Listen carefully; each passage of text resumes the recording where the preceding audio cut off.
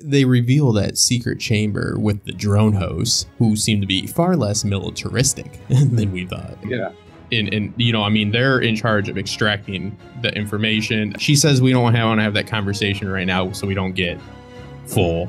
But I mean, that means they're definitely doing. They're definitely doing it. Definitely doing, yeah. All right, let's jump into it before the dust settles. Justin Thomas HaxDogma, episode number 1. Welcome everybody to the first ever Before the Dust Settles podcast. We're your hosts, HaxDogma and Justin Thomas. We're here to provide a instant relief to all your Westworld questions directly after each episode. Thank you, and let's jump into it. Starting off, wow. I mean, an unreal start to the second season. I'm so blown away. You know, what they've decided to reveal to us so soon is, I mean, I'm honestly giddy thinking about what we're going to cover this entire season. Yeah, absolutely. I think that, I mean, this is really Before the Dust Settles. The title totally fits this show, not only this podcast, but this show. I was overwhelmed with how happy I was with this episode. And I am not a hype guy. I am not usually, I don't kiss the feet of those creators that I do enjoy, not even the great G.R.R. Martin, you know. That was one of the things I wanted to talk about with you. I was like, we should, let people know what our expectations were since this is the first cast. We kind of did this on the spur of the moment. Yep. We didn't have time to do what I would consider to be an episode 0 where we explained what this podcast was. So let's give people, like kind of a little bit of an insight to, before we jump head first into this amazing episode, journey into the night, what our expectations were going in as far as, like what we were hoping to get out of it. Of course, we're fans, we're content creators for the show, not working for the show, but they can send me money anytime. I can be bought. So I'll start with you, Hax. What were your general expectations going into this episode? So, I mean, as far as expectation goes, I feel like I was so afraid of this episode. Like, truthfully, 100%, 16 months have passed since the finale, in which, mind blown, can't believe they made such a bold first season. So coming into the second season, I was terrified. I was terrified for everyone that got a maze tattoo or some, grand thing to Westworld, and all before we knew that it was going to be a good series throughout the years. So again, terrified, but hugely relieved. I mean, I think what they did in this first episode was true to its nature, kind of, tongue in cheek, kind of revealing, kind of suspenseful and dark, much, much darker than season 1. I think that my expectations, I was very worried. And I like the analogy, getting the tattoo. That's like, getting the tattoo of the person you marry and then you're divorced the next year. It's never a good idea to jump on a bandwagon before it proves itself. And I think it's fair to say that Westworld still has to prove itself. Now, will I say this episode proved itself to me? Yes, I think it's definitely on the right track, because I was so afraid that this episode was going to bomb. Just because even though I love season 1, it did depend on a lot of the plot twists and aspects like that. And although I was so relieved that they were going to, stray from that and be more straight with the audience, even though I'll talk in a little bit about how they are still, managing to blur the lines without using what I would consider cheap trickery with the timelines. But we'll talk about the issue with Bernard in a moment. Because I was like, well, I don't like that, but a large part of our fan base loves these, the timeline, the MIB William whole, thing that was obvious to a lot and still was a fun reveal and all that. But I was like, ooh, once all the trickery's gone, is it still going to have its appeal? And I'll say it's got its appeal times 10. And again, I don't usually kiss the ass of these shows, even shows that I'm so invested in, like Westworld. But I mean, this show, or this episode at least, fulfilled me on every level. It was intriguing. It had action that was maybe better than any action we saw in the first season, in my opinion. Maybe the exception being the first raid in the city played to Paint It Black and the Teddy scene with the Gatling gun or whatever. But I mean, the action we saw was great. It did lend itself so much to us content creators, because I know all of our explain videos are definitely gonna, right away, we got those flashes, 8 or 9 images That From Bernard's perspective. Yeah, that we're definitely going to have to go freeze frame, and we're definitely going to have to analyze. So check this out. Before we even get to that point, something in my notes that I put down was the opening scene change. First off, I love it. I think the alterations that they did are good. I don't want to say that the season 1 opening credit scene was bad, right? I loved it. I think it's historical now. But I also don't want them to change every season, right? Yeah, I think it kind of loses something. Like if you watch Black Sails, the opening scene is the same throughout the entire 5 seasons, I believe, and there's some kind of power in that. So I hope they don't change too much. But what they did change, and something that like immediately sparked some thoughts, is at one point in the opening scene, it looks as though they are placing a liquid into a petri dish, right? And I have a couple theories about this, and I think they are going to really be the entire season all from this single petri dish.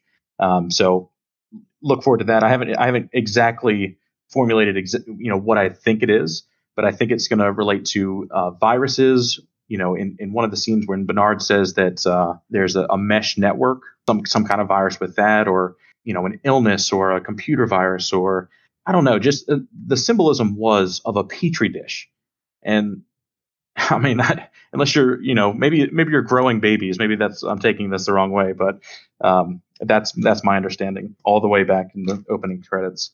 I agree, and it's funny you bring up. First off, I love Black Sails, and that I've looked into who makes these intros, and it is the same company that made Black Sails intro that made this one. Yes, it is. That is amazing. Yeah, they do a lot of the good ones. You can tell stylistically that they're very similar. That's a good point. Yeah. Well, not to sound like some asshole. No, I'm sitting around bored and looking. I looked that up a long time ago. And the way I take that is the first intro for the first season was about all the symbolism was essentially creationism. So maybe we're getting more of the biological aspect. That's true. I mean, again, it lends itself to just so much conversation. We could do an hour podcast about that, but yeah, good catch on that one. I did predict in the pre-show I did with In Deep Geek that they would frame this episode, in the exact way they did. They showed us the security interrogating Bernard, and we got our cuts to what I am led to believe is 11 days and 9 hours ago. So around 2 weeks back, because that's the time that when we see whatever, we're going to have to find a name for it, the internal cortex, whatever is inside that is acting as their brain, that we see FARS remove.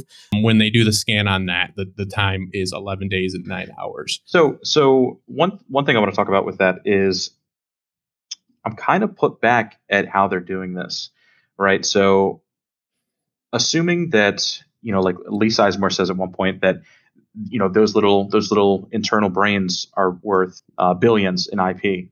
So for their brains to be a physical construct, like they show in the show from now on, we have to consider that, this is a law. It would mean that every single host would have a way for the company to lose billions in IP, right? Because you only need one, assuming. It's not like any brain is more important, except for Abernathy's now. But it also leads to the fact that there's some kind of stigma if a host dies and that brain internally dies, then does that mean it's gone? And if so, then what about remote backups? What about a full rebuild like Maeve talked about? What if someone comes through the town, burns everything down, incinerates everybody, and their brains, those cortexes are physically destroyed to ash? Where's the IP being protected and sent down from a cloud?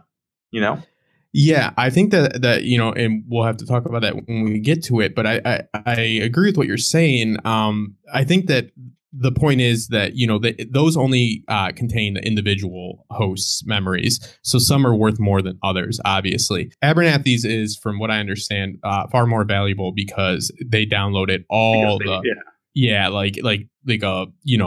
they downloaded all the important information to it. I've come to the understanding that it's not the IP about how they're built, which I used to believe when I first started watching a long time ago. It's about the information that they collect. So it seems to me that, why don't they have a backup? Even though, again, we'll talk about it in a minute, we do see them backing those up. It just seems to be in a very odd way. the drone hosts. So you would think there'd be a better system. I think that's kind of what you're saying, and I do agree. And I do believe that is going to be the factor in which they can actually be what we would consider dead. Like what would give them, not being able to be resurrected is if you damage that, whatever you want to call it. I can't subscribe to that though, right? Because I feel like in the current age, any physical server, any physical IP is not only a physical thing with software driven, attributes, but its backups are backed up remotely, different clouds, different cold storage, hot sites, warm sites. I mean, if we're working with the assumption that Dolores's brain, right, is self-contained all to that, it's not anywhere else but in that shell, in that cortex, and that's damaged and ruined, corrupted. Because he even says, oh man, we're doing this in the field. I hope this doesn't get corrupted. What does that mean? Well, I think that for number one, the reason, and again, sometimes we got to play mental gymnastics to make sense of it, is since this seems to be almost certainly, I think just confirmed, Delos is at least part of their master plan, is that the ethical issue of them doing this, because it contains so much, personal information, it is a problem. So maybe they can't do it. Number one, because of that, even though, ethical issues don't seem to be too much of a problem there. But also, I think maybe a bigger thing is if you put it on a cloud, it's easier to obtain from others. So if they're really trying to protect it, I mean, you're more tech savvy than me, but I think I'm right on this. The safest way is to only have one copy, but that's a double-edged sword. Sure. I mean, double-edged sword. Yeah, if each brain is worth billions in IP, then essentially, the safest way to protect the bulk is limit it to each one making the host, and the QA that would protect those hosts and see, hey, that guest over there, before everything went to hell, that guest over there is taking the brain off of this person because it's Westworld. How do we ensure that he does not get that cortex out of the park or destroy that? I mean, that's the whole thing. That's what throws me for a loop in this. Say they do that to Dolores, and then Dolores's character is gone. A full rebuild would entitle them going through and legitimately rebuilding every attribute, rebuilding everything. It would mean that there is no backups. A full rebuild would be them manually redoing everything. Yeah, well, I think that's what we see the drones doing, and I think that we're going to have to see. It seems like us, leading us to our next point. Bernard, and I just realized this again from the great Vanessa Cole from Watchers, Westworld Watchers and Watchers on the Wall. We did that pre-stream. She brought up the fact that he is just like Clementine, suffering from the damage. Hers is from that lobotomy, but when he had that gunshot, he did take damage to that cortex. And again, I don't know if that's what they're calling it. That is, I guess, my only bone to pick. I'm not too thrilled with having another unreliable narrator, but that is how they're going to accomplish some of the twists, that are much needed by many in the fan base. But he is legitimately out of it because of last season's, Ford-induced suicide. So I didn't really realize how much that was still affecting him. That seems to be affecting him quite a bit, and we'll get into that. So, well, let's keep that going then, right? So he shoots himself in the head, assuming that it goes into the cortex, affects the cortex. Maeve comes by, repairs him. I mean, does that mean that the cortex is then permanently damaged, and they would have to rebuild Bernard? As we've seen, in that trailer, there's a bunch of Bernards sitting in some kind of storage. Does that mean that Ford would have to do that exact process, rebuild him every single time, or just repair him and then upload, the most recent brain to him? I think that, I think, again, I'm not, that's my weakest point is the tech aspect of this, but I would just say those are shells. The cortex is what matters.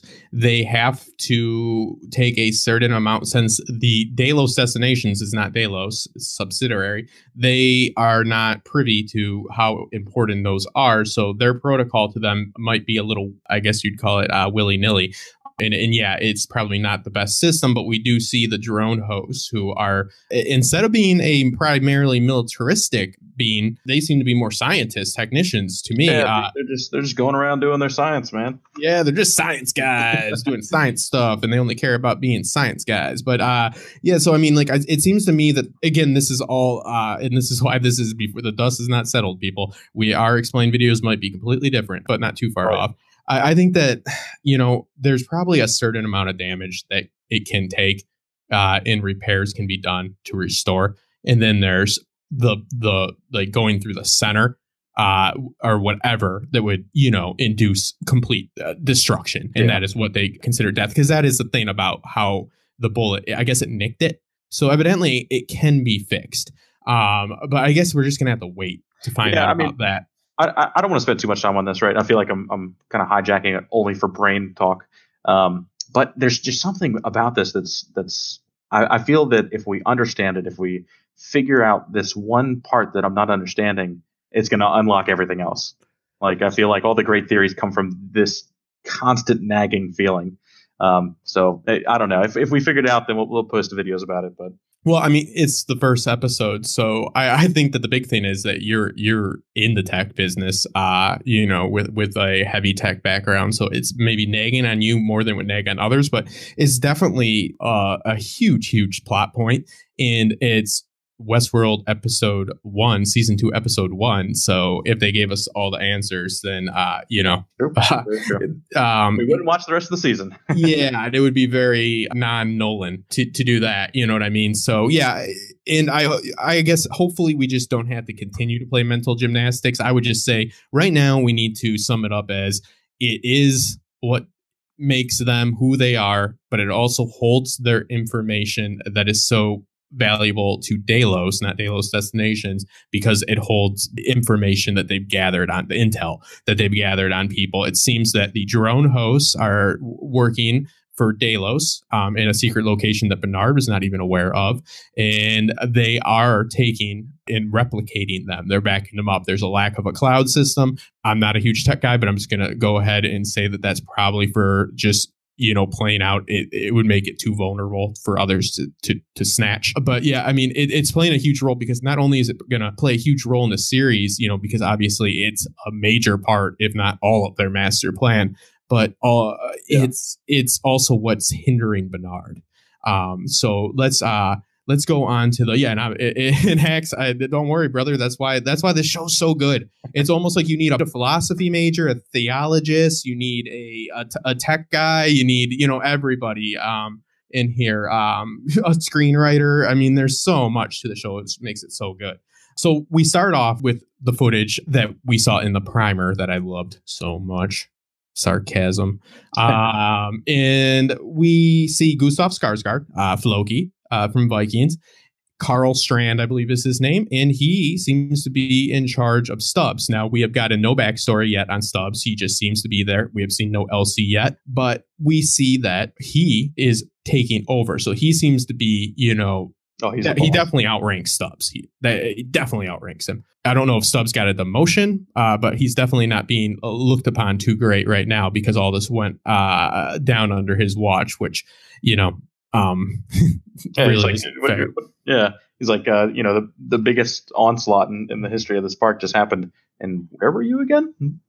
Yeah, and that's a good question. And there's so much we got in this episode, but there's also, true to Westworld, so much we did not get. We see a dead Ghost Nation member, so we're still waiting on that. But it's funny that, Stubbs did not say anything about them. So, I'm still curious, and I'm not throwing away my theory that, and this is my biggest tinfoil one, that Stubbs, as of right now, is still alive, but we are probably seeing a host Stubbs. I think so. It could happen. A lot could happen, though. It could happen. I think we're getting further away from that point. That that line questioning who is and who isn't. With Bernard being a host and directly around all the people who are scanning hosts actively, and then executing them on the spot. It kind of makes it seem like if Stubbs was also a host, that at that same moment we'd be experiencing the pain or worry on his face as well. But like while Bernard is going through that, he's like, wow, you guys are just executing these hosts. He's like, oh, that's me. That's me if they find out, So, but he's a unique type of host. He's a host that, lived as believing he was a human. And somehow passed the DNA test. So I think that we can chalk that up to just Ford, thought about this, or Ford knew about these secret Delos bunkers. But yeah. But then Maeve also passed it. And, so realistically, it's still leaving it open for, the host game, as I like to call it, of who's a host, because it's not definitive. It's not a definitive answer if the security passes them and they're scanned, because we've seen two known hosts. Sure. That Maeve and Bernard in this episode that do not get red flagged, or whatever you would call it. Now, speaking of Maeve, I love how they did her, or where they're taking her story, right? Like with Lee Sizemore, and we'll talk about the request for him to be nude in a second, but like the love in Maeve. Or what we could interpret as love in Maeve, when Maeve saw Hector for the first time again after this gruesome battle, it was touching, right? So it's like, through all of this, her daughter, people being murdered, defining who is real and who isn't. She has a loving reaction when she sees someone she's shared experiences with, and that's about as human as it gets, Yeah, and exactly. Well said. Because this show, it is going to play the host game, because it's fun, even fun for a guy like me that loves the philosophical aspect of it and all that. But Maeve's journey, I found it so intriguing as well, because she is, when everybody else is either trying to wreck the park or get out, she just wants her kid, dude. She's journeying into the park. Yeah. She's voyaging further into the park. And yes, she has a connection with Hector, which, it was kind of disappointing last season when it seemed like she was just so willing to discard him. And it did show that true feeling, because the bigger message is we only know what we experience. So, who's to question the validity of those experiences? Yeah. What makes her love different from my love, your love, and all that? Not to get all hippie-ish, but she is knowingly picking to go find her daughter. He says it's a storyline. She doesn't care. Technically, I could have amnesia. You could tell me a story. I might develop feelings for somebody, and maybe that story wasn't true. Do I still love that person? That's, a bad hypothetical, but it's a hypothetical and it fits. It brings that up, and it's really intriguing. And it kind of takes, I think it throws off a lot of people's theories for her, as far as her playing the Ford role. I don't see that as of right now. Maybe later on, but this episode, it shows her call to action is to go find, literal, call to action. Yeah. Pretty much the most straightforward narrative I've seen in the series. And that's the one thing I liked about this episode, is it had the very base, what I'd call, basic bitch stuff. And but it also had the complexity where I'm going to have to, do a bunch of freeze frames tomorrow morning. But yeah, her literal call to adventure, journey, whatever you want to, describe it as. Hector's going to join her, and she's even bringing on good old Lee Sizemore. Never afraid to whip it out. It doesn't seem like she's so interested in changing what's in the park. She's just interested in changing her situation within that park. And she's also interested in changing Lee Sizemore. So I believe that the point of having him stripped down completely naked was to simply humiliate him, right? And at the base, you can go, okay, yeah, that makes sense. But even more so, it's the feeling of being humiliated. And then him being able to relate to the hosts who were stripped naked, almost daily for this exact same thing in front of strangers and people they didn't know, and expected not to have any feeling, now having feeling and recognizing, hey, that sucked. So she wants him to relate to that, to sympathize with that, so that at the end of this, I don't think she has to kill him. I think he's going to be a host sympathizer and say, hey, they have feelings. They relate. Yeah, good point. She wants to subject him to some of the treatment that they've been subjected to easily show him that once the tables are turned, that he can easily become the cattle, the livestock. Good point that she probably isn't going to kill him unless he does something stupid, because she's throwing out life lessons and usually don't waste time teaching somebody how to be a better Lee Sizemore person if you plan on putting a bullet in their head. Yeah. So yeah, I think that he's going to stick around. And I always say that he's just one of those characters that, like he has no right to still be alive, but it's he'll make it to the end. Yeah, he is as expendable as they get, but I do believe he'll be there. He is as impressionable as a pillow. The last person that sat on that guy, I mean, Charlotte Hale, he is a puppy dog. So I love his character. And I'm sure the ladies love that scene. I'm okay with it. Thumbs nor up nor down. But let's talk really quick about, we're skipping around here, but that's fine. The Chinese military presence. Yes. Number one, confirmed that we're on an island. Number two, I had Hax look this up really quick before the podcast, full disclosure, but that does appear to be the Chinese military uniform that jibes with us hearing the Mandarin being spoke on the loudspeakers in the season finale of the last season. So, and also jibes with a popular television trope, and that is, for some reason, China takes the world over. So yeah, they're there, and anything to add to that? I mean, that's a pat on our back for those of us that thought it. Yeah, I'm just so glad that it's over. We don't have to consider it being under a dome in the middle of the ocean on Mars. We don't have to think it's on a billion different planets. It's there. It's probably off the coast of China, and it's just an island. We did it, guys. They've been building islands. They probably built an island. Pat from Film Theorist or whatever is disproven within minutes. Some people probably made a lot of money and still make a lot of money off just waiting for that guy to come out with a video and then just shutting that shit down. Kind of bad, because it's fine to. It's entertaining as all hell, but it has to be, in my opinion, one of the worst, if not the worst, Westworld theories ever. It's based off the whole fact that they have to go through the decompression. And there's a port authority. I'm like, dude, you never heard of port authority that isn't for Atlantis? I'm like, Jesus, man, there's a port authority at every port. And decompression, that brings up questions, but that you are really, really stretching, my friend. So I can explain decompression, right? So with Elon Musk's work on the Hyperloop, this is real life. One of the things is that it's going to be, at least theorized, that it's going to be vacuumed. Right. So essentially, if you're in a vacuum, you can travel at much faster rate in their current setup. So going through decompression could be exactly what that bullet train-esque thing that we saw William and Logan exiting. It could simply be that, going through decompression as leaving that starting area. It's so interesting, and it's also very conflicting, because why does it take so long? Because that park's about the size of Houston. But that's a good point. That train has always been odd to me, and we'll have to come back to that. So, mark down that Hax is bringing this up, because that seems to be, no, you seem to be on the ball, but you're going to have to further prove, what you're saying by justifying the amount of time, that it takes to get to the park. But I think that you're halfway there. It's enough to fall asleep, So as William comes, maybe it's just narcolepsy, or he takes a lot of drugs. Who knows? That's true.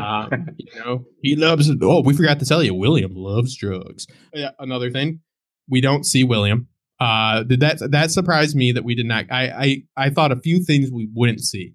I thought Shogun World, we might get a tease up at the very end, which in a way we did.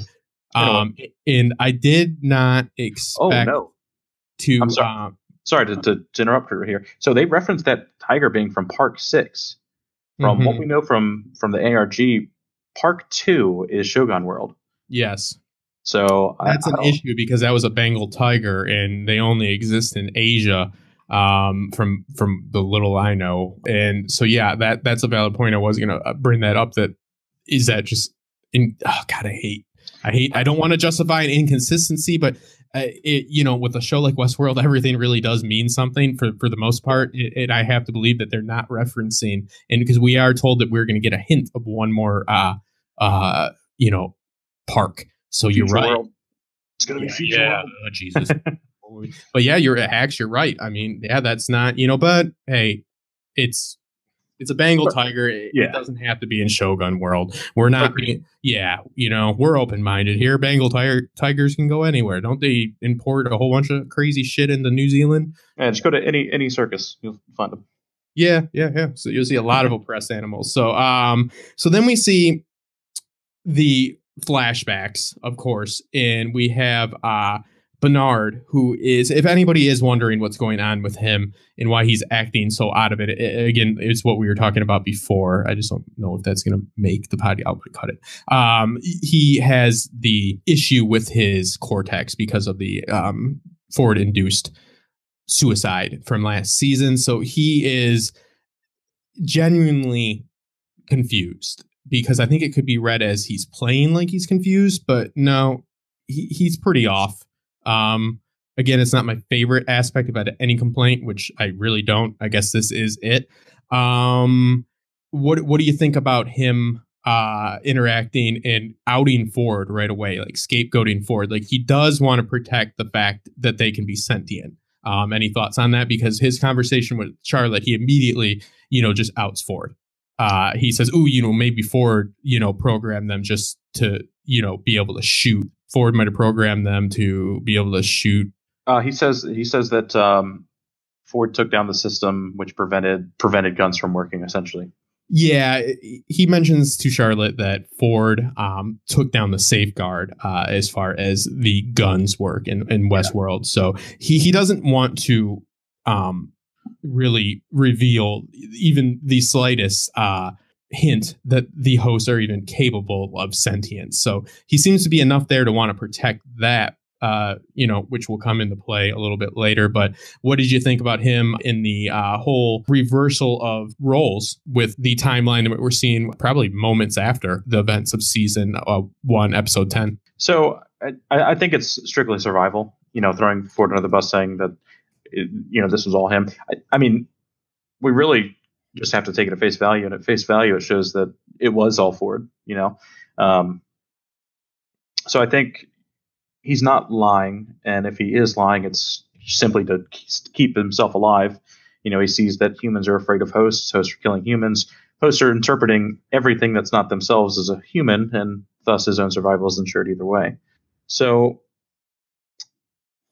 I think that's all it comes down to. Yeah, I think that, again, because another obvious point that I was pretty sure was going to happen was it wasn't just going to be a choice for him to safeguard his true identity. It was going to be a means of survival. So we do see the scene that we've seen many times in the trailer, but I gotta say, I looked it up. Evan Rachel Wood riding that horse shooting. That might not seem much. Now, I've never ridden horses. Other series that I've researched, such as Peaky Blinders, have led me to some research on the actual riding of horses, riding a horse without a saddle. Now, there was a saddle on this horse that she was riding, but she has that repeater rifle in her hand shooting. Yeah. And I was wondering, I wonder if that's her, especially in the close-up scene. I'm like, because that right there, I know, not from personal experience, but from research, that is something that is pretty difficult to do if you're not a skilled rider. And I looked it up. Yeah, she grew up riding bareback, where you don't have the reins to hold on to. So that was actually her riding. She says it was one of the funnest experiences she's had so far on any set, actually. So that's I got to give it up to her. Not only a great actress, but I can't imagine that the insurance people weren't trying to stop that from happening. And it could have been slower, and that doesn't take anything away. I'm sure, if people listening are probably like, they probably did slow it or speed it up a little bit, especially the close-up scene. She might have not been riding as fast as it appears, but I've never ridden a horse. I challenge anybody out there that's not living as a cowboy right now to go do that. That shows heart right there. I have ridden a horse. Riding horses is hard. Can't confirm. Yeah. There we go. Very confirmed. But yeah, we see it. And now the interesting thing was we get her saying when she's got the guests, and she's got them in quite a brutal situation. Oh man. I know it is dark, but I'm loving it. I don't know what that says about me. Well, so here's the whole thing, though, right? So even myself at the start of this video said that it's dark, and it's really not, right? It's no different than what happened in season 1. The only thing is that as story viewers, we're told that these are humans. Mm-hmm. That's it. We're still witnessing the same violence, the same feeling creature experiencing discomfort and death. And we're just seeing it because we're told one's a host and one's a human. And it's like, damn, is that us? Do we just need to think, the way that Ford thinks, that consciousness is exactly, there is no threshold, You just dropped a fucking ethical bombshell on me, bro. Like, oh man. Oh, You know what I mean, though? Like, yeah, I know what you mean, but it hurts. It hurts. That's the way I was viewing this, because one of my main things is I'm always talking about how there is no difference, but yet here I am, and I'm keeping this in, I did people. the same You thing. will will hear this in the podcast. I'm keeping it in. Here I am preaching about how it's about how everybody is the same, that we need to stop separating things that we don't look like, that we don't think feel exactly the same as we do, or communicate the same way as we do. And here I am saying how dark it was when there was a rape scene, not shown, but essentially a sexual assault in the first episode, multiple hosts being killed, Teddy killed every other minute. In this episode, I'm like, it's dark. It's just real dark. Oh man. Yep. Oh, HaxDogma, this is more than a podcast. It's therapy. The interesting thing about her dialogue in this scene is, and I went through a few stages, just like I'm going through right now, is she says that she's of several minds. And I'm like, ooh, metaphor for, Wyatt and Dolores. And then, nope, just literal. She comes out with it. That's what I love, how straight they're playing some of these. Yes. Situations, and then they're mixing it with the highly complex theory, craving. She's like, I used to be the damsel in distress, and then I was Wyatt. She has now one last role to play herself. Ooh, just ominous as can be. And then she still kills, though. Yeah, she didn't know, but the thing is, she didn't pull the trigger herself. I don't know how much. She ordered it. She ordered it. It's her I'm just saying, as a defense attorney, I'm saying, hey, she didn't pull the trigger herself. And, sure. We don't know. So, yeah, I found that very interesting, because the whole argument is, what the validity of their character when their character is, the narrative that has been written for them. So I really like that it is just so straight up that it's like, okay, I know this was written for me. I know this was written for me. But everything from this point on, it's like a birth. It is me, and then kills. But hey, if you want to be a murderer, I guess. No, guys, not a good message. But hey, freedom, America, or China from the looks of it. So we do get a few scenes, of course, of some humans really getting it like they should. Those bastards. I've changed my mind in a matter of minutes. This is the nicest, brightest episode in the world. No empathy for them. But no, they do make sure there's some real bastards. I mean, that's storytelling 101, that we haven't met Katya Herber's character yet, who is going to play a very sympathetic human. Obviously Lee is one. There's Felix was missing from this episode, so we'll talk about that in a minute. But we do see who I am going to come out and say is going to be the big bad, Angela. We see the ambush. Now, of course, I don't know how much separation there is between riding people down, even if it is an impressive horse riding skill, and then the deliberate ambush that Angela that's the crew of Wyatt. And we did see them both together in last season when they captured the Man in Black and Teddy. It did show them, and she seems to be worse than Dolores as far as dealing out punishment. Do you think that they share the same ideology, or do you think that there's a slight difference there? I mean, I know it's kind of just like reaching here for me to think that it's so much better that she didn't, pull that trigger and she just gave the order to hang them. But Angela does seem to be a little bit just more dead set on killing, in my opinion. Yeah, I think right now as it stands, and from what we've been told loosely, is that Angela's just a follower. I wouldn't doubt if she's the big bad, right? Because as all these hosts come to consciousness or come to making their own decisions, at some point she's going to say, hey, I don't need to follow Dolores. And the second that Dolores says, do this, and Angela recognizes, hey, this isn't something that I want to do, that I now, a free will, have a choice to say no to, don't have to do, then I think there might be some issues there. And Angela may rise to be a big bad for the hosts. But who I take as the big bad, maybe I'm just a host sympathizer, is the new guy from the Vikings set. I forget his name now. Gustav Skarsgård. 100%.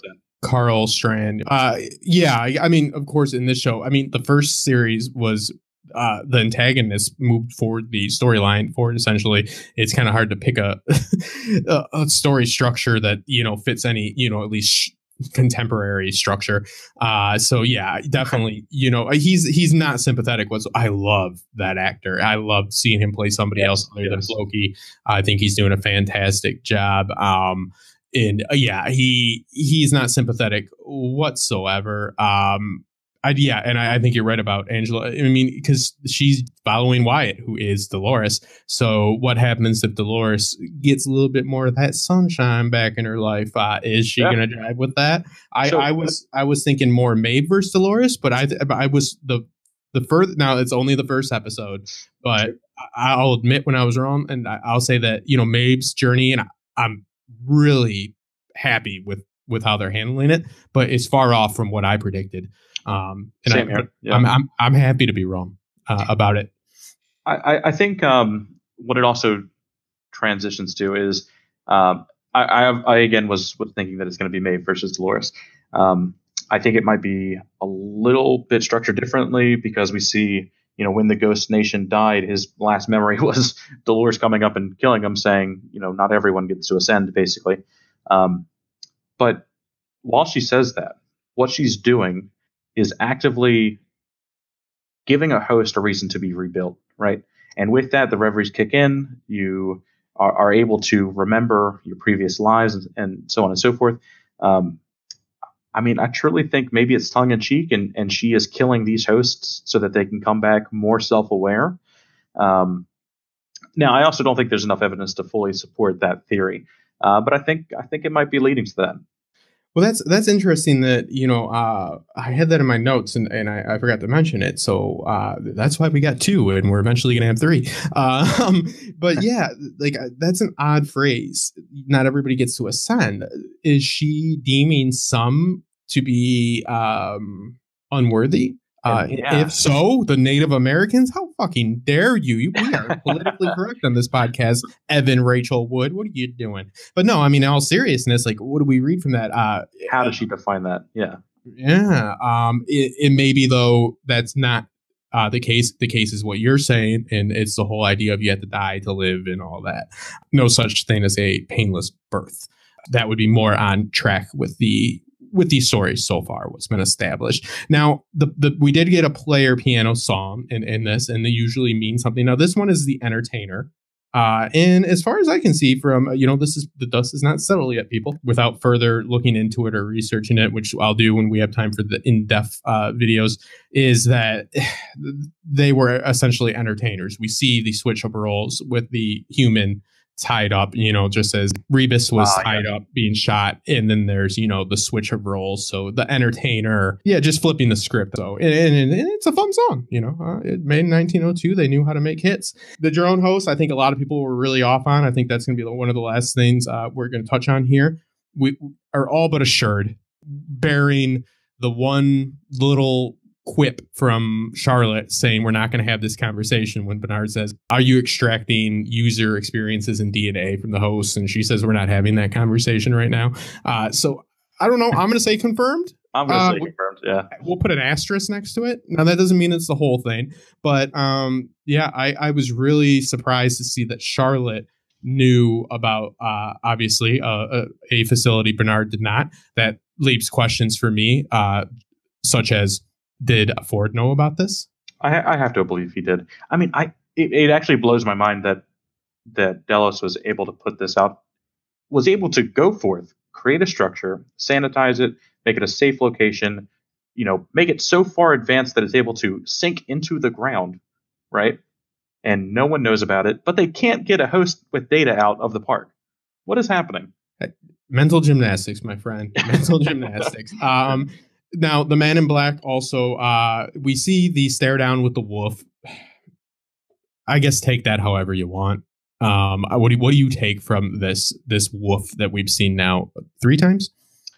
I want to say this is the 4th, and I really have no idea. I mean, I think the wolf is meant to symbolize predator, dreams, or yeah. I really don't know. I don't think it's too important. I think more it's just a reoccurring theme. It's a dire wolf, Game of Thrones world. It's Westeros. It's the second animal that's escaped its own park. Yeah, it happens. Now he gets MIB. He seems to be quite happy, and it Oh, seems dude, yeah. to really this storyline. Also, another twist is the name of this season, the unofficial name, which is kind of just odd, the name of season in the first place. But I guess they're calling the first season The Maze and the second season The Door. And we were talking about this earlier in the pre-show and about what it could mean. And evidently, what I'm taking as young Ford, who was, I don't think that was really Ford speaking through him. I think it was pre-recorded to a point. I think it was bicameral mind kind of thing. Yeah, I mean, I don't think that's like, that's all up for argument. That's for another time. But anyways, it was a message from Ford. What leads me to believe that that's not like just the full embodiment of him is that the Man in Black kills him after. And I don't think that we're not going to see Ford again. So I think he's capable of doing, however he's doing it, he's capable of using more than the younger version of himself. But he tells the Man in Black that this game is for him. When the last one was not for him. Yeah. He gives a little bit of a coded message, which a little tongue in cheek on that one as well. It's called The Door and begins where it ends and ends where it begins, and mentions everything as code and says, "You should know that, William." And then he goes, "Yeah, I guess I don't need you anymore," and kills him. What did you think about all that? I thought it was great. I think the young Ford kind of suffered from the Bane paradox, right? Bane sounds scary, but half the time you can't understand what he says. I actually had to go rewatch the scene with subtitles so that I could. I don't know what you're speaking about. Yeah, so I could realistically know what he was saying. As for The Door, so in season 1, you find that the maze is just a symbolic journey of consciousness. I feel like they're probably going to do the same thing with The Door. But just something about the way that young Ford talked or just translated this to William, it really sounded like more of a game, like more of a physical thing that he could participate in, and maybe that is just simply being able to compete with the hosts and kill on an even playing field, or I think it might be maybe something closer to now Dolores is once again witnessing consciousness, the same kind of thing that she was experiencing all those years ago when William first said, wow, so there's something about Dolores that's different. So if they run into each other, it's going to be a really weird thing. And I think that situation might be The Door.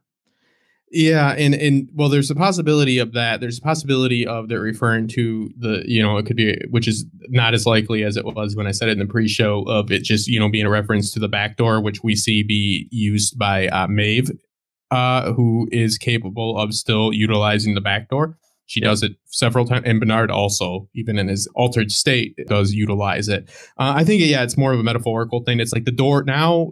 Everybody's at the center. The door is there. It's open. What do you do once you pass the threshold? You know what I mean? Now it's the ball's in your court. Now you got what you wanted. He wanted the stakes to be real. They doubled down and gave him 2 at once. And that action scene was awesome. And I'm not all about just the action, but that's what I think that it nailed it. I think casual viewers are going to really enjoy this episode because, like I said, it had enough of that, chum for us theory crafters to peck up or whatever. And it also had enough just straight fun stuff, and that'll lead us to the end where we have Bernard obviously healing himself. It's unclear if that's just as a result of that Ford imposed suicide or not. We'll just have to go and wait. He does inject himself and seems to be able to keep himself going for at least a little bit longer. And now we are led to believe that that's in a timeline that is at least just under 2 weeks ago. And we jump now to another scene that we saw in the trailer, but we get, like the full context of what's happening, almost, because it is Westworld. And we see a Bengal tiger, like we spoke about.